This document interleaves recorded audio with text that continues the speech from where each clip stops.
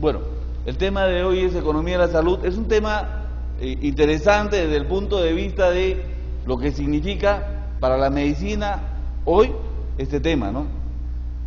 Un tema muy controversial en algunos casos, ¿no? Pero la medicina, economía de la salud no es un tema de ahora, es un tema, fíjense, del año 1576. Bodin dijo: la mayor riqueza de un país es su población, es su gente, es el recurso humano. Y son discursos que venimos nosotros escuchando desde hace mucho tiempo, ¿no? Con respecto a lo que significa el ser humano, pero como expresión de riqueza, cuantificada. Si nosotros le preguntáramos, por ejemplo, ¿tiene valor, la vida humana tiene valor económico? ¿Eh? Y le preguntara más, ¿cuánto cuesta la vida humana? ¿Tiene costo? Si tiene un costo. En la vida todo tiene costo, todo cuesta, ¿o me equivoco? Por ejemplo, ¿será igual la muerte, vamos a imaginarnos, la muerte de un médico que la muerte de alguien, o de un prematuro, por ejemplo? No son iguales, ¿no es cierto? En uno es una proyección de lo que podría haber sido, en el otro es un profesional realizado. Y esa pérdida se mide en función de la sociedad, ¿no? La sociedad está perdiendo ¿qué cosa? Un profesional que pudo haber solucionado muchos problemas. Sin embargo, en el prematuro lo que se está perdiendo ¿qué cosa es? Solo posibilidades, ¿no es cierto? La economía de la salud surge allá por los años 70 en USA por dos problemas que lo vamos a encontrar nosotros casi siempre en todas las sociedades. Primer problema, contención de costos. Ustedes, no sé si ustedes tienen información, pero por ejemplo, el costo de una enfermedad, el costo de una atención, el costo de un seguro en Estados Unidos es mucho más caro, por ejemplo, que en Canadá. Sí, es mucho más caro. ¿Por qué? Por el sistema, por la estructura de costos que tienen las funciones o las actividades económicas en Estados Unidos. Por ejemplo, en Estados Unidos no se puede ejercer si es que no se tiene seguro contra la mala práctica. Y eso encarece cualquier producto. En el caso de nosotros no hay un seguro contra la mala práctica. Ahora, ¿qué es lo que nos quieren imponer? El SOAT médico, ¿no es cierto? Ahora, ¿el SOAT médico será importante para nosotros? ¿Saben una cosa? Y con una opinión particular, yo creo que sí. Y debería haber de repente ese SOAT médico. ¿Saben por qué? Porque cuando sucedió la mala práctica, sucedió el problema, ¿no? Si nosotros tuviéramos ese seguro, ¿qué sucedería?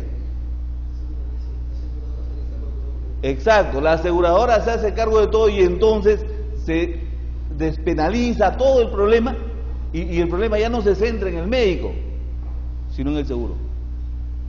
Pero resulta que como todos pagamos, o podríamos pagar ese seguro una cantidad obviamente adecuada, entonces este problema, que ahora para el médico lo ve como una cosa grande, problemática, ¿no? Ese problema disminuiría tremendamente. Ustedes no se imaginan cuántos médicos están encausados con el tema de la mala práctica médica, ¿no es cierto? Entonces en Estados Unidos se vieron estos dos problemas. Primero, contención de costos, un problema de costos altísimos. Si ustedes fueran a Estados Unidos, en la frontera con Canadá, los norteamericanos van a Canadá a tomar su seguro de salud, porque les sale más barato. Nosotros nos podríamos sonreír, pero pensemos en Tacna. ¿Qué sucede en Tacna con respecto a nuestros médicos? ¿Quiénes van ahí a atender? Los chilenos se vienen a atender, ¿no es cierto? ¿Y quiénes son los que van a atender en la frontera con Chile? Dos especialidades básicas, ¿cuáles son? Una especialidad médica, que es cirugía plástica, y otra especialidad que es la de odontología, porque un bracket obviamente de $1,000 de acá versus $3,000 en el otro lado, se siente, ¿no es cierto? Bien. Y el otro tema es el tema de la equidad. Donde no haya equidad, sistema en donde sistema de salud o económico, lo que sea, que no sea equitativo, es un sistema que está condenado a fracasar, ¿no es cierto? Y la equidad, ¿a qué? Cuando hablamos de equidad, ¿a qué nos referimos? ¿Nos referimos nosotros a qué? Igualdad es dividir, por ejemplo, 100 entre 10 personas, ¿cuánto le toca a cada uno? $10, ¿no es cierto? Por poner un ejemplo, ¿no? Equitativo no tiene esa connotación. Equitativo significa a cada quien según lo que necesite, requiera, ¿no es cierto? Esos son problemas que en Estados Unidos se vieron y obviamente significaron todo el tema de cambio y de aparición de una especialidad en la economía que se llamó en ese tiempo economía de la salud. No existiría problema económico si los recursos fueran abundantes, es cierto. Cuando los recursos son escasos, mejor dicho, en ninguna sociedad los recursos son abundantes. En todas las sociedades los recursos son escasos, ¿cierto? Y casualmente, porque son escasos, es que surge esta ciencia. Obviamente, si los recursos son escasos, esta escasez va a limitar la elección de alternativas. En la sociedad, recordemos, no existe nada gratis, todo cuesta. Sobre todo para los que venimos de universidades nacionales, ¿no es cierto? Decimos todo es gratis, no es gratis. Para mí es gratis. Yo que estoy estudiando en la universidad, para mí sí es gratis. Pero a la sociedad le cuesta. Por ejemplo, que funcione San Marcos significa más o menos entre 300 a 350 millones de soles al año. Divídanlo entre las carreras, divídanlo entre los profesionales. Ustedes se van a dar cuenta que sí cuesta. Lo que pasa es que nosotros no pagamos ese costo, ¿no? Y por último, el análisis económico se preocupa del costo y del precio que se paga por cada actividad o por cada servicio.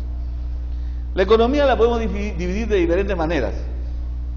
Dos son las más importantes: microeconomía y macroeconomía. Microeconomía, que es sinónimo de teoría de los precios, y estudia básicamente los agentes económicos. Recordemos que los agentes económicos solo son dos: los productores y los consumidores, ¿no es cierto? Si hablamos en términos de salud, en términos médicos, ¿quiénes son los productores? Los médicos, ¿quién más? Las enfermeras, todos los profesionales de la salud, ¿quién más?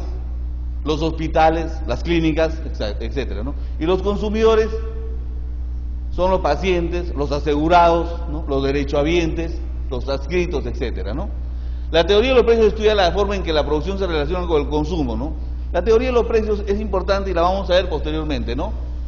La macroeconomía estudia el funcionamiento de la economía de la nación en su conjunto. Teoría del sistema económico. Ustedes han visto que a los países los diferentes sistemas económicos se dividen básicamente en tres grandes grupos, ¿no es cierto? Aquellos que tienen economía planificada, que son los socialistas; aquellos que no tienen la economía planificada, sino que hacen o dejan que el mercado determine precios, ¿no?, que es la economía liberal; y aquellos que son un mix. Ejemplos de economía de mercado liberal son muy pocos, es decir, casi no hay. Y planificado 100% tampoco hay en estos momentos en el mundo. Casi todos son mixtos. Inglaterra, la campeona en el tema liberal, de economía liberal, pero sin embargo planifica su economía. Chile, fíjense, ese país, esa tripa de tierra que está ahí atrás, abajo nuestro, ¿no? ¿Qué hace con nosotros? Fíjense, ¿qué hace con su futuro? Chile no es como nosotros. Chile, ¿qué está planificando? Planifica dos cosas que necesita y no tiene. Para producir requiere dos cosas. ¿Cuáles son? Combustibles. No tiene combustible. ¿Dónde están los combustibles? En Bolivia y en Perú, ¿no? ¿Qué más necesita Chile? Sin que se le tenga cola, por ejemplo. Muy bien, somos amigos los chilenos. ¿Qué más necesita? Necesita agua. No tiene agua. ¿Dónde está el agua? Bolivia y Perú.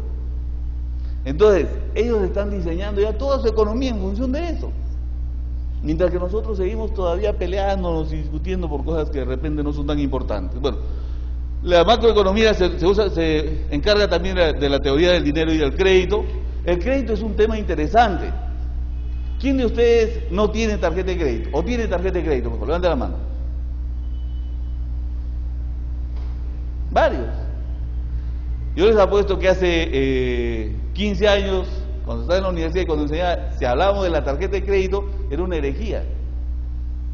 Sin embargo, ahora muchos tenemos y usamos el cartoncito ese, el plastiquito ese para ir a sacar plata, ¿no? alguien tiene que regularlo. ¿Quién lo regula? Eso no se puede regular con el mercado, ¿no es cierto? Eso tiene que regularlo desde el punto de vista macroeconómico. Teoría de las fluctuaciones económicas, teoría del crecimiento económico, aspectos de la economía internacional, tales como la balanza de pagos y comercio internacional. ¿Por qué es importante eso? Alguien lo entendió mucho antes que todos nosotros. En China, por ejemplo. ¿Ustedes saben que China es un país socialista o no? Socialista, pero planifica. Y juega con el tema liberal, porque sale a vender. Ha hecho un TLC con el Perú.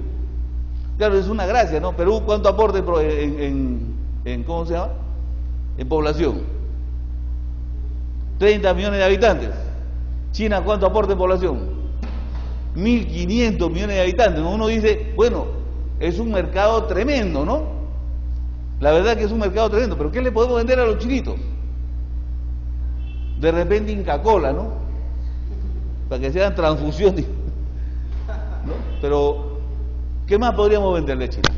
Artesanía, pero los chinos compran artesanía. Entonces nos vamos dando cuenta que de repente por ahí hay alguna trampita, ¿no es cierto? Que los chinitos han hecho el convenio, nos han dicho, muy bien, nosotros vendan todo su producto. Claro, pero ¿a quién le vamos a vender en China? ¿No? Nos enamoran diciendo con los alimentos, la comida, ¿no es cierto? La comida peruana es la más rica del mundo, ¿no? Sí, no hay mejor comida que la peruana. En eso todos estamos de acuerdo, sobre todo la norteña. ¿Cuál es el departamento más bonito del Perú? No, Piura. Yo soy piurano. Bueno.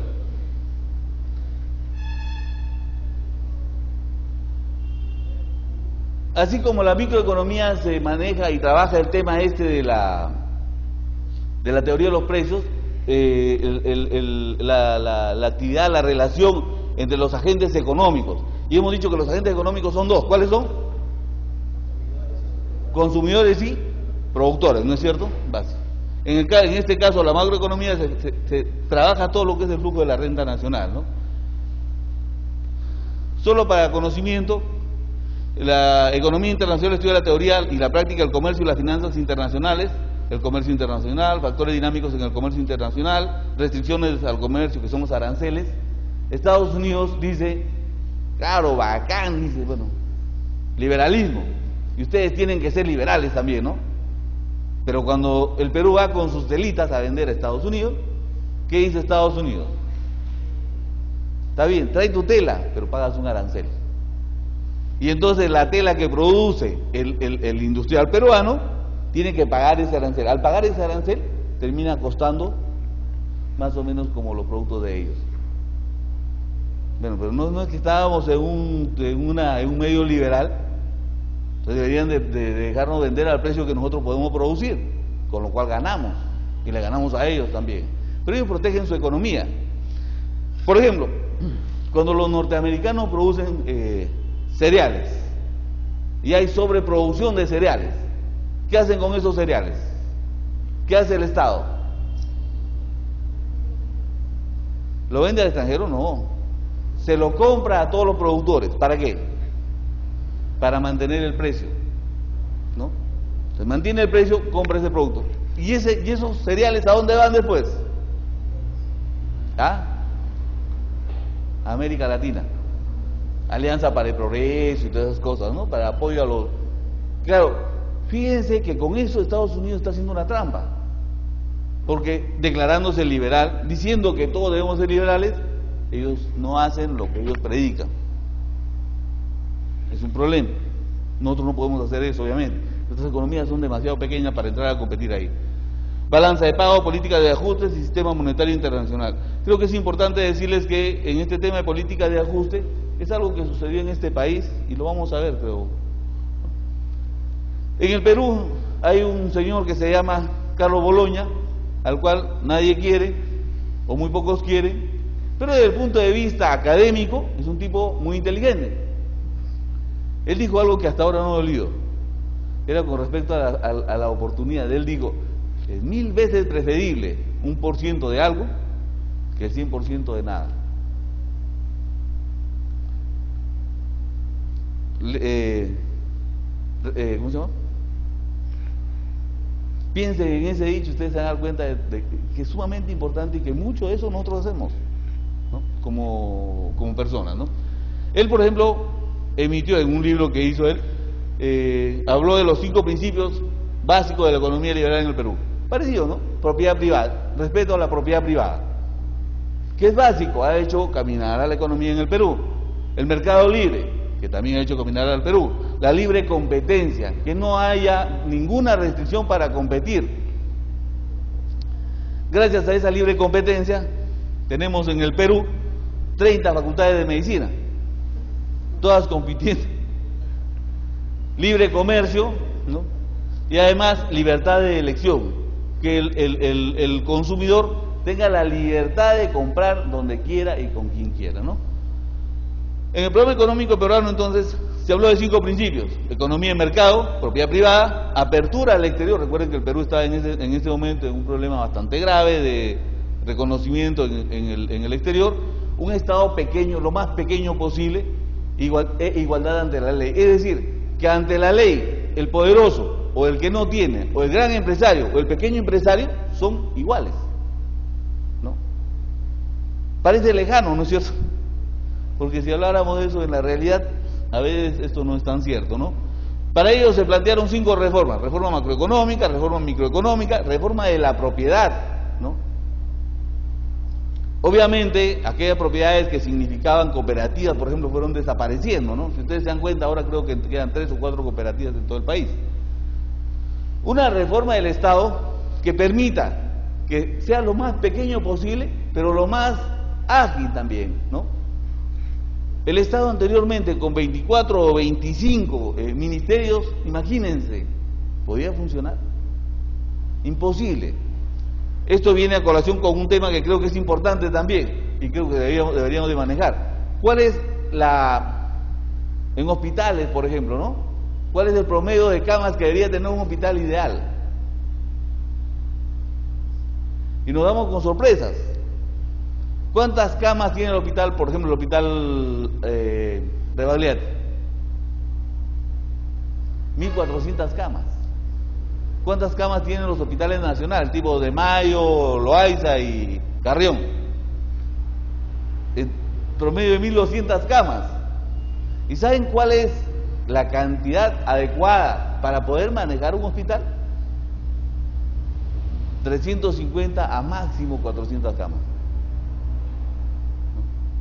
Miren ustedes, había que reformar el Estado y creo que se hicieron algunos cambios, ¿no? Reforma institucional también. Los resultados que obtuvo el programa económico peruano en su momento, y que creo que se viven hasta ahora, en primer lugar es la estabilidad económica, el crecimiento, ¿no? Se tiene un crecimiento todavía sostenido, hay empleo, no estamos en aquellas épocas en donde la gente salía del Perú corriendo, integración con el mundo, el Estado se ha hecho más pequeño, y la pobreza se ha reducido o aumentado.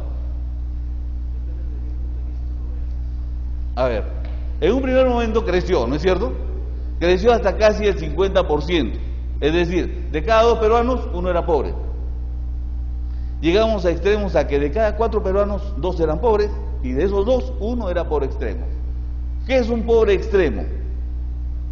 Es aquel que no tiene no le alcanza el dinero ni para comer. Entonces miren ustedes algunas cuestiones económicas que son importantes. ¿Cuánto gana un obrero en nuestro país? Remuneración mínima vital, 500, pongámosle 600 soles. ¿Cuánto creen ustedes que es la canasta básica alimentaria? Está por encima de los 750 soles. Canasta básica alimentaria, para comer 4 personas. Canasta básica familiar es 1.200 soles. Sin embargo, el obrero gana 550 soles. Miren ustedes la realidad nuestra, ¿no? El Estado mismo se encarga de poner situaciones que nos ponen en vergüenza ante el mundo, ¿no? Pero finalmente la actividad económica contesta estas 3 preguntas, ¿no? En primer lugar, ¿qué viene a producir y en qué cantidad? Es el estudio de la demanda. ¿Cómo producir estos bienes? Es el estudio de la oferta. ¿Para quién se produce? Es la teoría de la distribución. Y llegamos a una palabrita que es importante, que nosotros definamos y que tengamos bien en cuenta el precio, ¿no? ¿Qué mide el precio? Mide realmente la cantidad de un bien que hay que entregar a cambio de otra unidad. Es el trueque, ¿no es cierto? Pero el trueque mediado por un billete, por una moneda. Pero los factores determinantes para que cualquier bien tenga precio son dos nada más. En primer lugar, la utilidad o necesidad de un bien. Y yo estoy dispuesto a pagar en función de ¿qué? En función de que yo sienta que el bien que voy a comprar es útil, ¿no es cierto? Por ejemplo, cuando yo quiero comprar un terreno, ¿es útil el terreno? ¿Por qué? A futuro, ¿no? Si le doy otra connotación, digo, bueno, me compro el terreno no necesariamente porque quiero hacer una casa ahí ahora, ¿no? Compro el terreno porque sé que después se va a revalorizar, ¿no es cierto? En la vida, los terrenos y los bienes inmuebles, ¿no?, son los que menos valor pierden y casi siempre ganan. Por ejemplo, hace 10 años, nada más, 10 años, ¿cuánto costaba el metro cuadrado en zonas como Jesús María, Lince? Metro cuadrado de terreno, ¿cuánto costaba? No llegaba ni a los $200. ¿Cuánto creen que está ahora? Por encima de los $700. ¿Cuánto vale el metro cuadrado ahora en San Isidro? ¿Cuánto creen ustedes? O sea, ya no podemos comprar casa, ya tenemos que comprar departamento nomás. ¿Cuánto creen que cuesta? Está por encima de los $1.200. Así que estoy mirando con cara a una tía ahí que tiene una casa bastante grande, ¿no? Tienes que colaborar. Bueno, la utilidad del bien, en primer lugar. Y en segundo lugar, la escasez, que el bien sea escaso. Nosotros, fíjense, y los retos que ustedes busquen en internet, el tema de la del neuromarketing y esas cosas, y ustedes se van a encontrar con algo que es importante, ¿no? Que la gente está dispuesta a pagar, no sé por qué razón, pero por lo escaso. Tiene muchas cosas, pero le encanta lo escaso. Lo vamos a ir viendo poco a poco, ¿eh? Bien económico es aquel bien que tiene un precio determinado. Ya sabemos que el precio tiene dos factores importantes, ¿se acuerdan? Utilidad y escasez, ¿no? Hay distintos tipos de bienes, me gustaría solo hacer una mirada. Por el grado de complementariedad, por ejemplo, encontramos bienes complementarios, ¿no? Bienes complementarios en medicina, en el mundo. Bien complementario, por ejemplo, ustedes han visto, conocen, saben el tenis, juegan tenis, me imagino, o tenis de mesa si quieren, pero miren, cuando aumenta la demanda de las raquetas, parece mentira, el mercado es interesante, ¿no? Tiene sus cositas. Aumenta la demanda de raquetas, ¿qué va a pasar con el precio de las raquetas? ¿Va a subir o bajar? Sube. ¿Y qué va a pasar con las pelotitas de ping-pong? ¿Aumenta su demanda o baja su demanda? Sube la demanda, ¿no es cierto? Aumenta la demanda de raquetas, inmediatamente aumenta la demanda de pelotitas de ping-pong. Si lo vemos nosotros en salud, aumenta la demanda de consultas médicas, ¿qué va a aumentar? ¿La demanda de qué? De recetas, de medicamentos. Aumenta la demanda ¿de qué más? Exámenes auxiliares, de radiografías y todo eso, ¿no? Ese es un comportamiento económico que en salud todavía se da, ¿de acuerdo? Bienes independientes son aquellos bienes que no tienen nada que ver unos con otros, ¿no?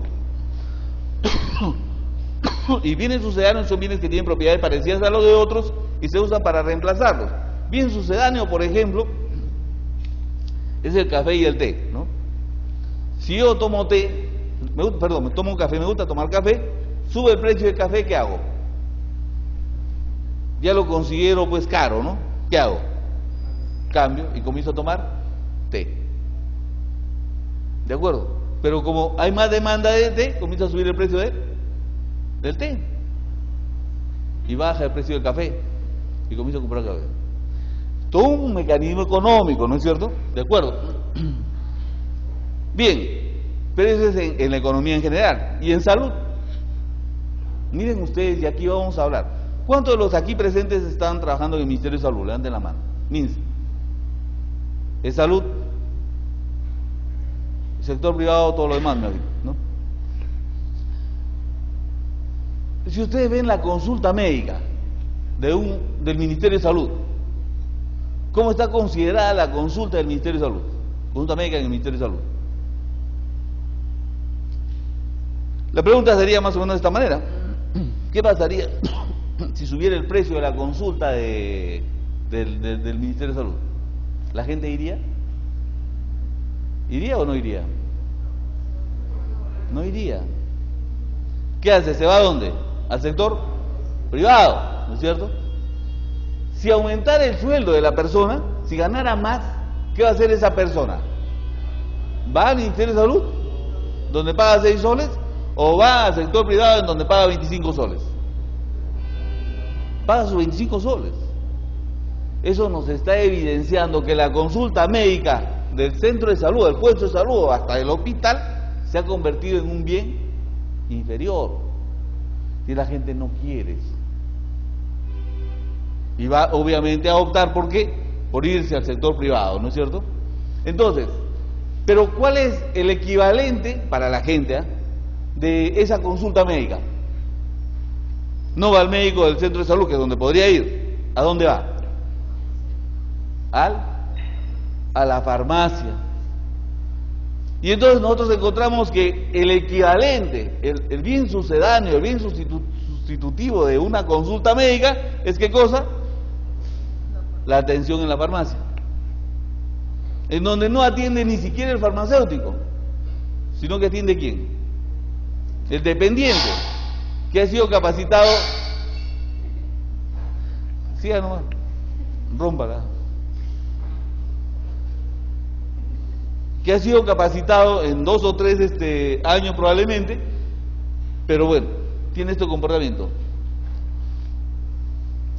Por el grado, bien económico, por el grado de necesidad, tenemos 2 tipos de bienes. Bienes superiores, bienes cuya cantidad consumida aumenta como consecuencia de un aumento en el ingreso. La salud es un ejemplo, pero vamos por la educación mejor.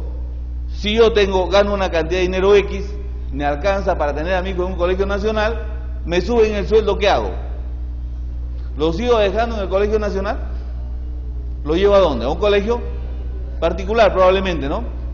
Y cada vez más caro en función de cuanto más gane. Igual es en salud. En salud yo no voy a la clínica, ¿por qué? Porque no me alcanza. Pero si ya tengo recursos, ¿a dónde voy? A la clínica. Y ojo, no me interesa que el mismo médico del hospital o del centro de salud esté en la clínica. Lo voy y lo percibo ahí en la clínica. Miren ustedes lo interesante que es el tema, ¿no? Y bienes inferiores o bienes cuya cantidad consumida disminuye como resultado de un incremento en su ingreso real. Bien inferior entonces es la consulta médica que decíamos hace algún momento, ¿no? Pero para efectos prácticos y económicos se toma siempre como ejemplo el pan. Cuando la gente gana muy poco, ¿qué come? Pan para llenar la barriga, ¿no es cierto? No vean mi barriga, por favor. Pero ¿qué pasa cuando comienzo a ganar más? Ya no compro pan. Ya no compro pan francés, pan tolete, pan de... ¿Qué busco? Pan más fino, ¿no? Ya pan de molde, ¿no? Y después ya no llego a pan de molde, uso al integral. Parece mentira, el pan con afrecho, o sea, con cosas ¿no? Fibra, eso que es más barato, sin embargo, finalmente cuesta más caro. Pero lo aceptamos, ¿no es cierto? Hay bienes superfluos también, bienes necesarios. Los bienes necesarios están básicamente definidos por el tema de los servicios básicos, ¿no? Luz, agua, etcétera, ¿no? ¿Qué es la economía de la salud? Entonces es aquella ciencia que estudia la distribución de los escasos recursos de una sociedad entre fines alternativos, ¿no? Se ha pasado, ¿no? Perdón.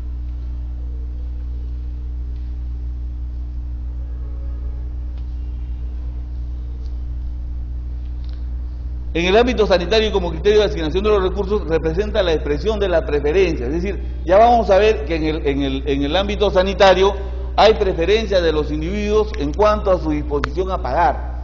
Parece mentira, salud es algo muy interesante para estudiar, para trabajar, porque no sigue el mismo camino que sigue cualquier bien, ¿no? en nuestra sociedad. La salud tiene algo que es importante y que lo vamos a ver al final de este curso, ¿no? de este tema, ¿no? Llegamos entonces, decíamos que la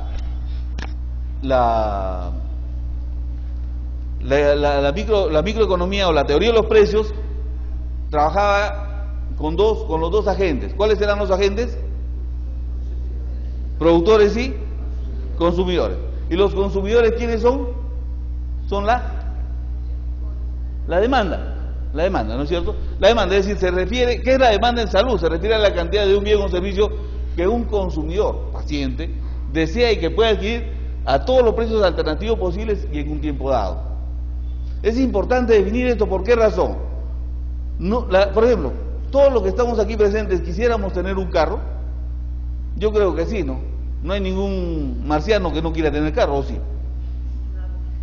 Bueno, maravilla. Todos quisiéramos tener un carro, ¿no es cierto? Pero, ¿todos podemos comprar un carro? Entonces, ahí es donde está la diferenciación económica de la demanda, ¿no? Es decir, la demanda no solo es el querer tener, sino también es el poder pagar. Si no puedes pagar, no eres demanda, ¿de acuerdo? Recuerden la ley de la demanda. En la ley de la demanda es simple. Sube el precio de un bien, ¿qué pasa con la demanda? ¿Sube o disminuye? Disminuye, ¿no es cierto? Baja el precio del bien, aumenta la demanda.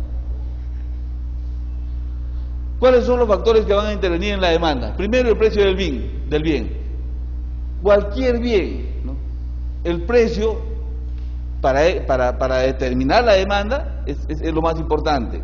Fluctuaciones en el precio van a hacer que la demanda o suba o baje, ¿no? Solo por el precio del bien, ¿no? Pero no solo el precio es el que se encarga de manejar la demanda, ¿no? El ingreso monetario del consumidor, por ejemplo. Si el ingreso monetario del consumidor aumenta también la demanda, ¿no es cierto? Creo que ustedes, casi todos los que han terminado recientemente la carrera, para todos los que han terminado recientemente la carrera, creo que es más efectivo el ejemplo, ¿no? ¿Con cuánto vivían hace algún tiempo? Cuando estaban en el 5º año de la carrera. ¿Ah? ¿Con cuánto vivían? Con propinas. ¿De cuánto? 3 soles diarios, para el menú, ¿no es cierto? ¿Qué le pasa al ser humano que ganando esa cantidad de dinero nos sentíamos bien o no? Claro, ahorrábamos y nos alcanzaba todavía para sacar a la flaca o al flaco a pasear, ¿no? ¿O me equivoco? ¿Sí o no, señorita? Bueno, la sacaban a pasear, ¿no? ¿De acuerdo? De unas cantidades pequeñas. Ahora, ¿qué le pasa al ser humano que después comienza a ganar? ¿Cuánto gana un médico ahora? Lo más barato que es un médico, creo que 2.500 soles, ¿no? Mensuales. 1.200. Policía. Por el CIS. Pero hay que reclamar. ¿Saben por qué? Porque no puede ser posible que después de 7 años de carrera, más todos los esfuerzos que se hace, se tenga ese sueldo. Pero depende de nosotros, ¿sabes? Juntémonos y creo que tenemos mejores resultados. Pero bueno, esto no es una reunión de sindicatos, ¿no? Lo cierto es que, no sé qué le pasa al ser humano, que fíjense, uno está ganando antes no ganaba nada, ahora gana 1.200, vamos con el 1.200, ¿no? Al CIS, entró al CIS y 1.200 soles. ¿Le alcanza? No le alcanza. Ya supongamos que no están trabajando en el CIS, ya lo nombraron en el Ministerio de Salud. ¿Cuánto ganan en el Ministerio de Salud? Nombrado. No, 3.000 soles. 3.000. ¿Le alcanza? Tampoco le alcanza. Ya, supongamos que entra al seguro, con muerto y herido, ¿cuánto saca? 4.500. ¿Le alcanza? Tampoco le alcanza. Entonces, ¿de qué diablo estamos hechos nosotros? Que nunca nos va a alcanzar. ¿O me equivoco?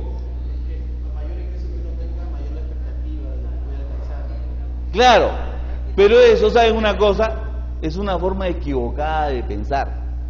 Que los japoneses, no estoy hablando del japonés que vino por acá, los japoneses de por allá, Dijeron, y lo hicieron muy bien. Fíjense, cuando en Estados Unidos y en todo el mundo, los gerentes son de dos tipos, los juniors y los seniors. Juniors, los jóvenes, hasta los, así como los de mi edad, ¿no? No, mentira, hasta los 40, 45 años, ¿no? Pasados los 40, 45 años son los seniors. Entonces pasan de esa edad, de junior a senior, y los sueldos aumentan tremendamente, doble o triple, ¿eh? ¿Qué pasa con un gerente americano? Mismo peruano, ¿no? Se compra antes tenía un carro pequeño, ahora ya tiene una 4x4. Antes vivía en un departamento, ahora se compró una casa, un chalet con piscina y todo. ¿Qué cambió? ¿Ah? ¿Por qué los japoneses no hacen eso? El japonés lo pasaron de junior a senior, siguió viviendo en su mismo cuarto. En su mismo, ¿cómo se llaman esas cosas que parecen ¿no? Que lo meten ahí como cajones, como cajón desastre, con el mismo carro y con la misma mujer, o esposa ya, o pareja, ¿no? ¿De acuerdo? ¿Qué pasa? O sea, ¿por qué el ser humano, fíjense, tiene este comportamiento? Está acá. ¿Por qué nosotros tenemos ese comportamiento? Es decir, ganamos más y gastamos más. Y la justificación es, no, es que ahora tengo otro estatus. ¿Qué estatus? ¿No? ¿Estatus de qué? Lo cierto es que sí, a mayor ingreso del consumidor hay mayor gasto. Yo les decía, a veces hacemos cursos de posgrado en provincias. En una ocasión estuve en Satipo, no sé si hay alguien aquí de Satipo, pero estuve con todos los médicos ahí, bien interesante, ¿no? Eran como 35, 40 médicos, ¿no? Y todos ganaban 3.500 soles, libre de polvo y paja. Habían otros muertos y heridos por otro lado, ¿no? Esos 3.500. Yo les digo, son 30 médicos acá, 3.500, es decir, más de 100.000 soles mensuales. Al año, 1.200.000 soles. ¿Por qué no han hecho empresa? ¿Por qué si tienen esa capacidad de concentrar capital, no hacen algún tipo de empresa? Y bueno, la respuesta obviamente es muy humana, ¿no? Nunca nos podemos poner de acuerdo. En esa zona todos no eran sanmarquinos, no eran todos de Cayetano, no eran de la Vía, eran de todas las universidades. Entonces, desde ahí ya comienza el problema, ¿no? Recuerden ustedes que cuando terminamos la carrera, todos somos médicos. Y en una encuesta que hice en una clínica que estamos tratando de implementar acá en Lima, hicimos una encuesta, ¿no? Y para ver en la gente ¿cómo se dice? La confianza en el médico, si tenía algo que ver la procedencia de la universidad. La respuesta fue no. Bueno, precios de otros bienes también, gustos y preferencias. ¿Por qué la gente? Miren ustedes, mirémonos entre todos los que estamos aquí presentes y nos vamos a dar cuenta que no hay nadie que tenga una ropa igual. Estoy seguro que tampoco ninguna media igual, y ni hablemos de la ropa interior, ¿no? ¿O me equivoco? O sea, nadie tiene nada igual. ¿Por qué? Gustos y preferencias. Y a eso apunta la economía actual, es decir, a individualizar cada vez más los productos. Antes, por ejemplo, en nuestra carrera, ¿no? Antes, ¿qué se vendía a la comunidad? Al país, a los ciudadanos de nuestro país. ¿Qué se vendían? Consulta médica, ¿no es cierto? Consulta médica endocrinológica, consulta ginecobstétrica, consulta otorrino, consulta oftalmológica, etc. Ahora, ¿qué se vende? Paquetes. ¿Paquetes de qué? Paquete, por ejemplo, de gestante, ¿no? Paquete cesárea, paquete de hipertensión, de hipertenso. ¿Se dan cuenta cómo va cambiando la lógica esta, no? Pero de todas maneras, siempre los gustos y preferencias. Nadie puede, realmente es todo un estudio, es por hacer todo un estudio ahí, ¿no? Es ver de dónde y por qué la gente tiene gustos y preferencias para escoger. Podemos decir muchas cosas, por ejemplo, con respecto a todos los bienes, ¿no?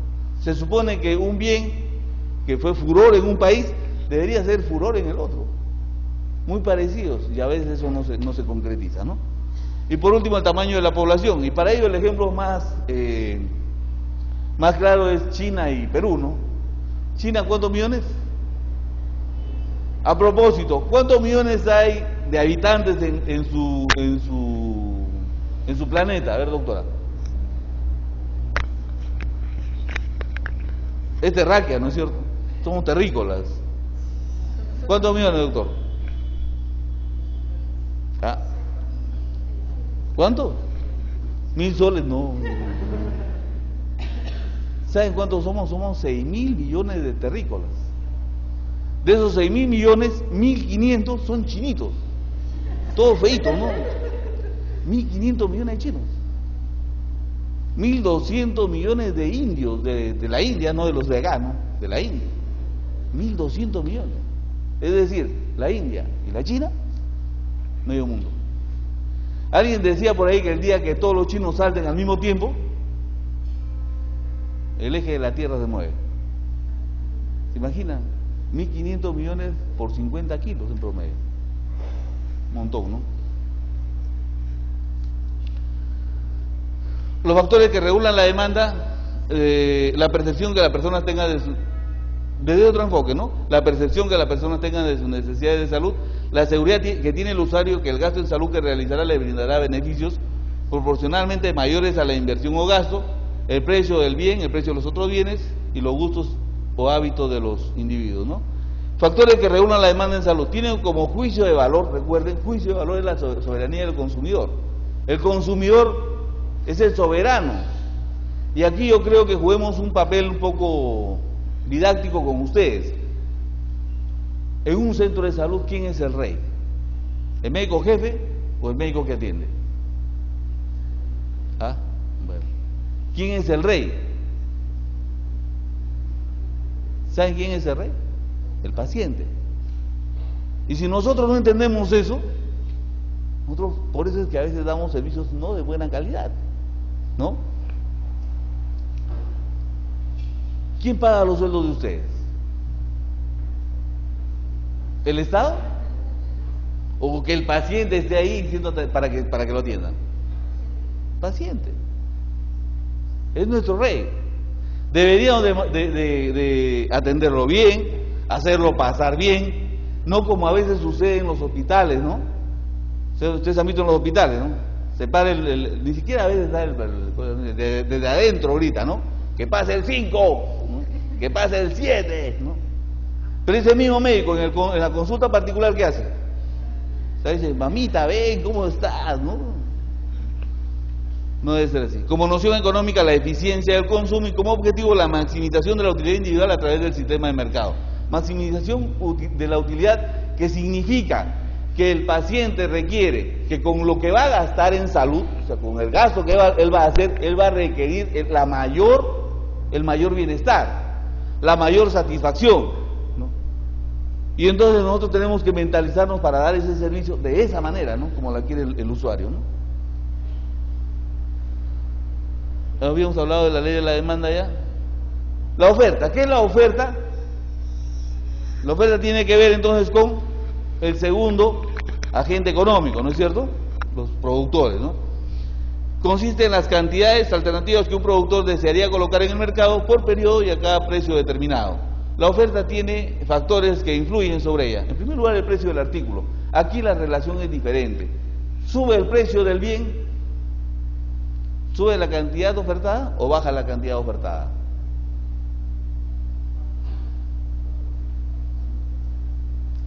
Miren, ¿qué pasaría si por esas situaciones así, ¿no?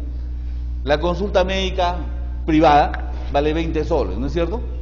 ¿Qué pasaría si ya no va a costar 20 soles, sino por una serie de hechos sube a 35 soles? ¿La cantidad ofertada disminuye o aumenta?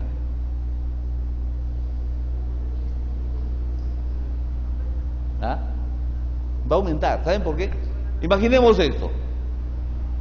A 20 soles la consulta, o sea, el costo el precio de la consulta a 20 soles, solo esta parte del mercado está activada.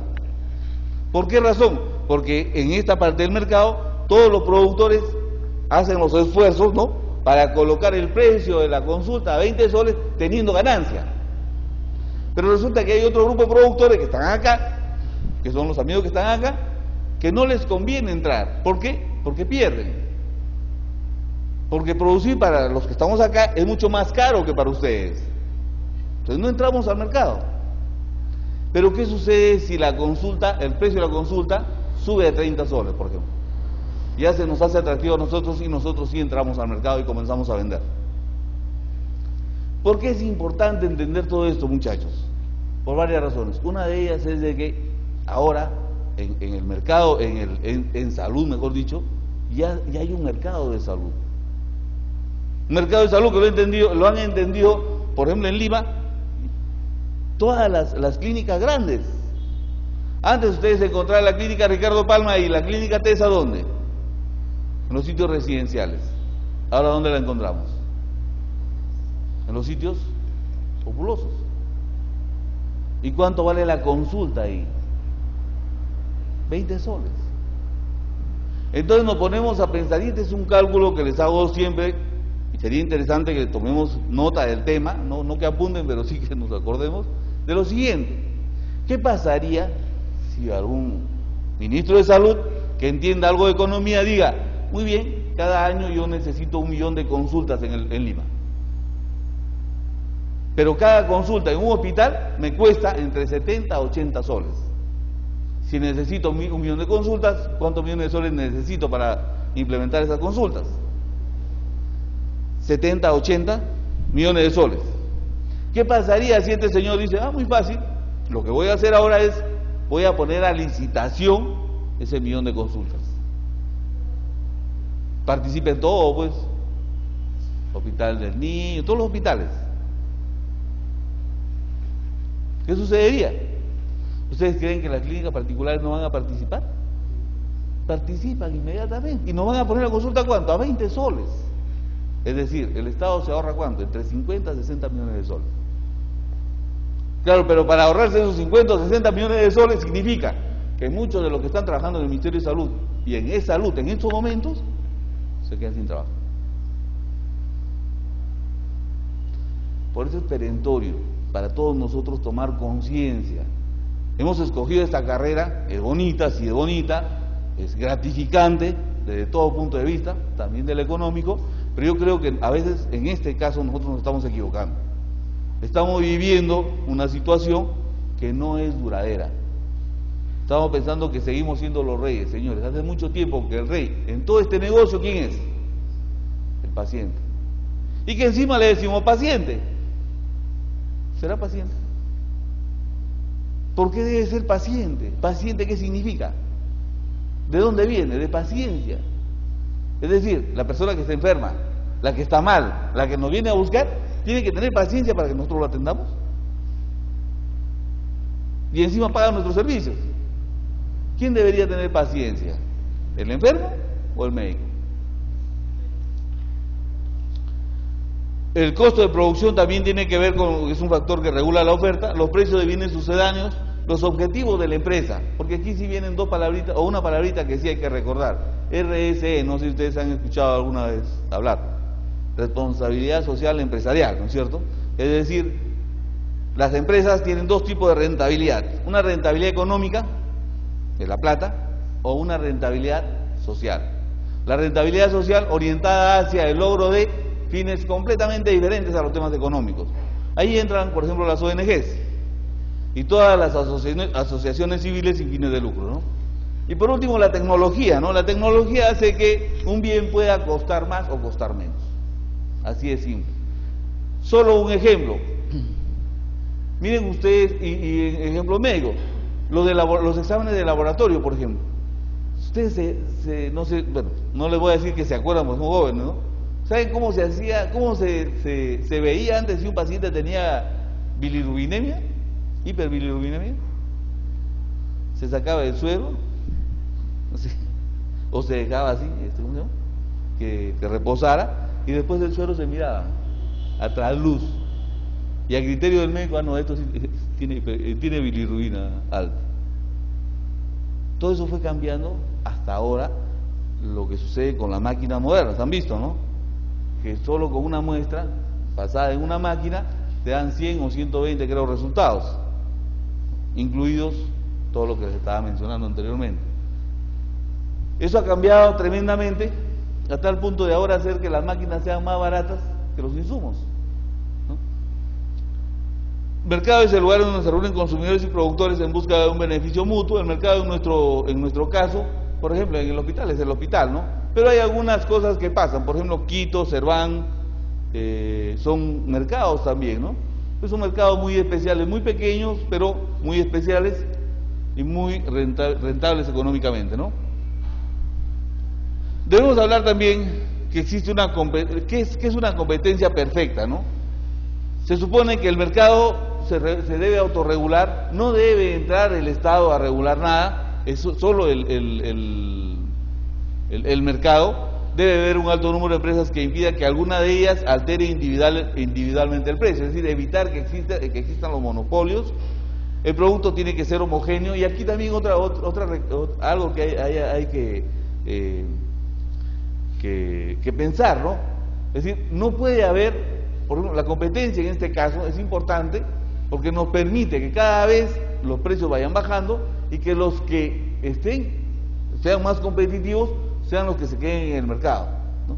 Por lo tanto, no podemos nosotros pasar a ver como si fuera posible que en el mercado exista una mala atención, por ejemplo, o que exista mala calidad de atención. Se supone que todas las consultas, todos los exámenes de laboratorio, todo lo que se haga tiene que ser de calidad, ¿de acuerdo? Hay libertad de entrada y salida de las empresas para que no hayan retenciones o eliminaciones de algunas empresas en ese mercado. Existe movilidad perfecta de los factores de producción y la información es completa, tanto para los consumidores como para los productores, ¿no? Entonces llegamos a dos problemas o tres problemas que vamos a encontrar. En primer lugar, el monopolio. ¿Existen monopolios en nuestro país? Sí, un monopolio que nos toca siempre, de los teléfonos, ¿no es cierto? La Telefónica. Y bien graciosa la Telefónica, ¿no? Ha diferenciado 3 mercados, hasta 4 mercados, ¿no? Ha diferenciado, por ejemplo, el mercado de las llamadas. Primero eran las llamadas locales y las llamadas a larga distancia, ¿no? Y las llamadas internacionales, los mensajes, ¿no?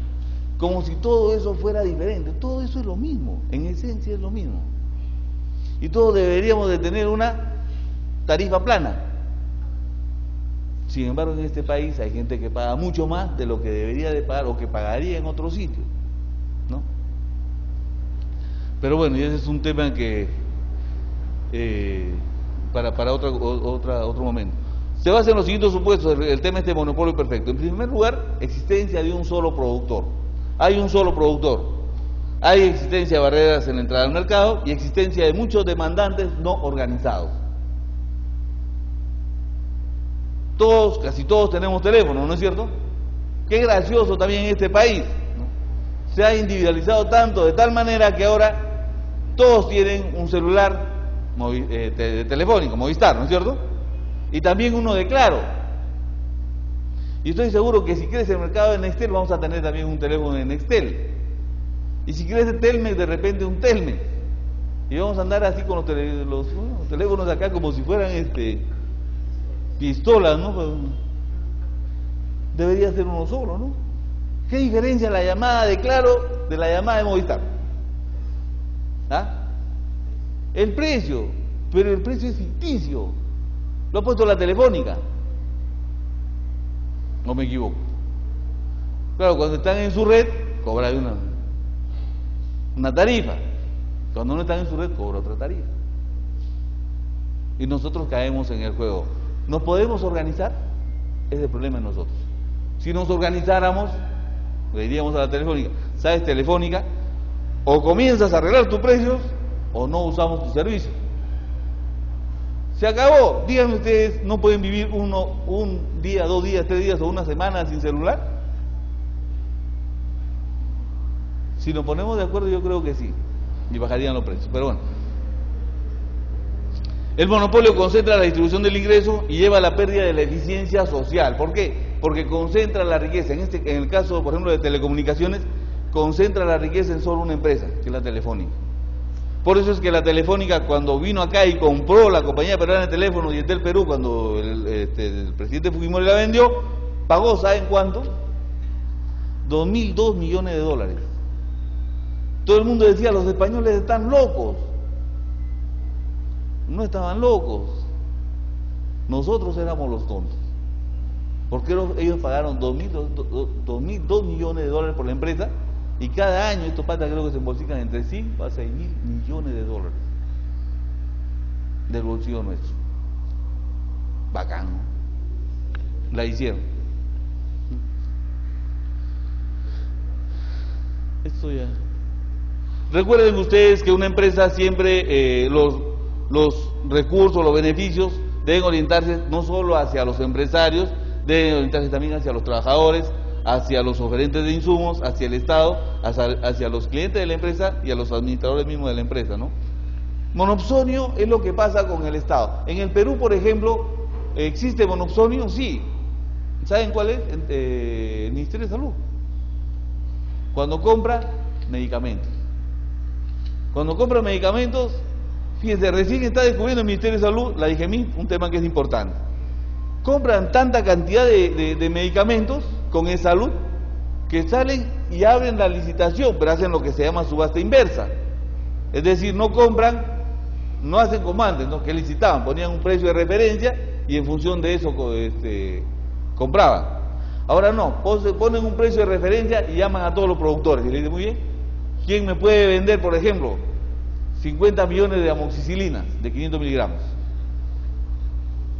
Y entonces las empresas comienzan a pelearse por venderle al Estado. Pero no es lo mismo, recuerden, vender 50 millones de amoxicilinas que vender 1.000 amoxicilinas. 50 millones de amoxicilinas, probablemente el costo cueste 10 céntimos por cada pastilla. Si vendemos de 1.000 en 1.000, el precio sube a 40 o 50 céntimos. 4 o 5 veces el valor inicial, imagínense. Y oligopolio, ese es monopsonio, cuando hay un solo cliente y ese cliente impone las condiciones. Oligopolio cuando es una competencia entre pocos, ¿no? Todo esto lleva a fallas en el mercado. Hay 5 fallas que vamos a estudiar rápidamente. La primera es información asimétrica médico-paciente. El paciente sabe mucho, el médico sabe mucho, el paciente sabe, entre comillas, poco. Eso ahora esa tendencia se revierte ahora con el tema de Internet, ¿no es cierto?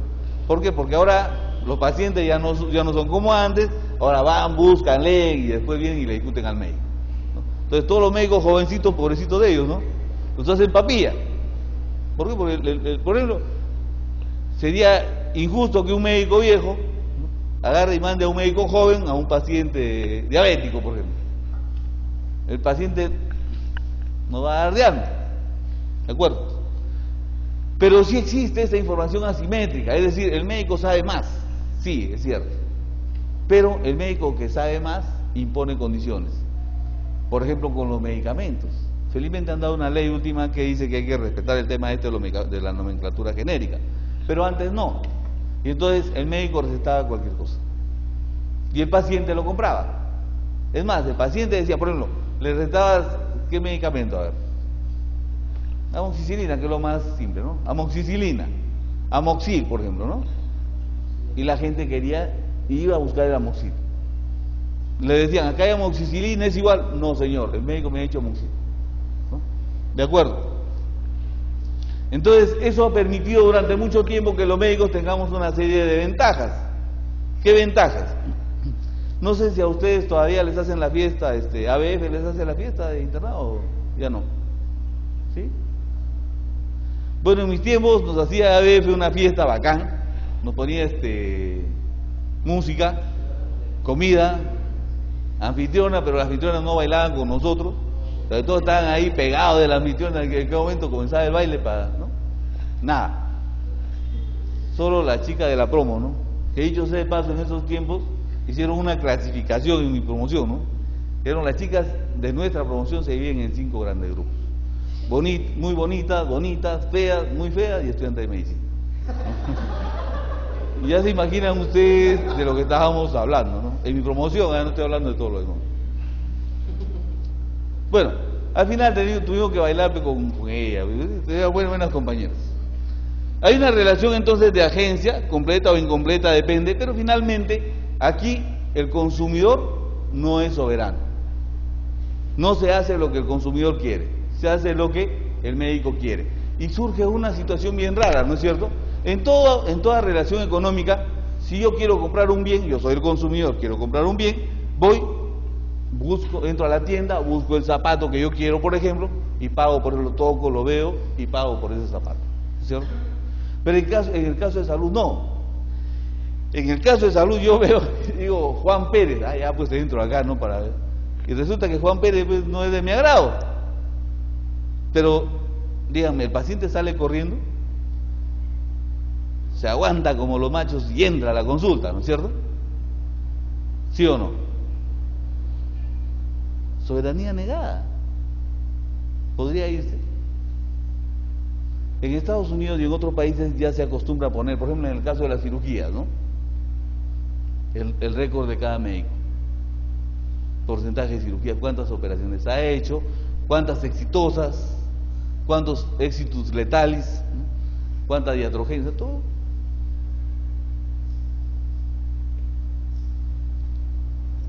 Acá no. Pero entonces se da esa relación perversa, ¿no? Es decir, el médico decide por el medicamento que va a tomar el paciente. ¿Paga el médico? No paga. Decide pero no paga. ¿El paciente decide por el medicamento? No, pero sí paga. ¿Se dan cuenta ustedes de esa relación? Esa relación es perversa. Y hace que el médico decida. Por eso es que en este país, en el mercado de medicamentos, cada año se negocia, ¿saben cuántos millones de medicamentos? Se caen de espalda, muchachos. 1.000 millones de dólares en medicamentos. Y se supone que probablemente entre 500 a 600 millones de dólares mal utilizados. Medicamentos inútiles, medicamentos con problemas, etc. ¿no?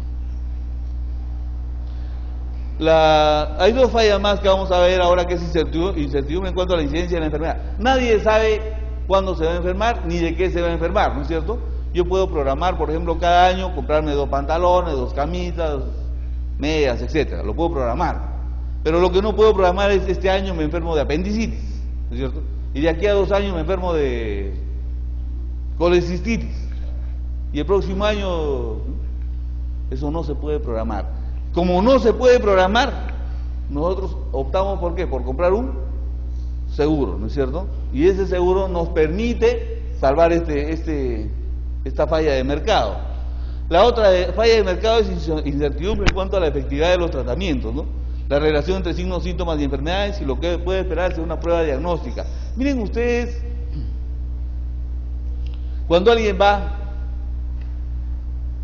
creo que todos hemos pasado por cirugía alguna vez, ¿no es cierto? En nuestro internado, ¿no es cierto? En el internado, ¿se acuerdan? ¿Se acuerdan de las ¿cómo se llama? Apendicitis profilácticas? ¿Se acuerdan cuando viene el paciente con el dolor, ¿no? todo el rollo? Entra a la sala y el apéndice sale roja, ¿no? Pero de vergüenza, ¿no? Porque la están sacando antes de tiempo, ¿no? ¿O me equivoco? Sí, ¿no es cierto? Si no hay la certidumbre ante un diagnóstico, imagínense ustedes la certidumbre ante un tratamiento. ¿Cuántas veces, por ejemplo en el caso de los diabéticos, se ha recetado la cantidad que según protocolo deberíamos de darle? Pero resulta que no surte el efecto deseado. O se requiere más dosis o menos dosis. Toda esa incertidumbre, ¿no? Hace que, bueno, finalmente la tenemos en la mano, porque ¿quién mira nuestros errores? Es un problema ético, ¿no es cierto? ¿Y ese problema ético dónde se ve? ¿En qué institución? ¿Colegios? médicos, ¿no es cierto? Externalidades y bienes públicos. Aquí hay un problema. ¿Se acuerdan que habíamos hablado del bien económico? Aquel que tenía precio. Bien público no tiene precio, ¿no es cierto? Un hospital es un bien público, teóricamente sí. Una carretera es un bien público, un puente es un bien público, un colegio, la universidad, la nacional sobre todo, es un bien público. ¿Por qué teóricamente no pagamos para estar ahí? y todos pueden entrar, ¿no? Entonces, es un bien público. Pero este bien público se convierte en bien económico en el momento en que se paga por ese servicio. Y cambia completamente el tema, ¿no? Y externalidades tienen mucho que ver con el tema siguiente. Supongamos, si yo instalara, acá no hay clínica, ¿no es cierto? Yo pongo una clínica en estos momentos. ¿Qué sucedería con el medio? ¿Qué pasaría en los alrededores? Comienzan a aparecer restaurantes, ¿no es cierto? Para comida, pues mucha gente, ¿qué más? Comienzan a aparecer, ¿qué cosas? Farmacias, ¿qué más? Comienzan a aparecer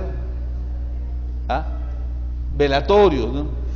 Comienzan a aparecer para todos los éxitos, ¿no? ¿Qué más? ¿Se dan cuenta? Eso se llama externalidades positivas, ¿ya? Y externalidades negativas son aquellas que van a aparecer, ¿no? Pero ya en forma negativa. Por ejemplo, el tráfico, ¿cómo se va a hacer en esta zona?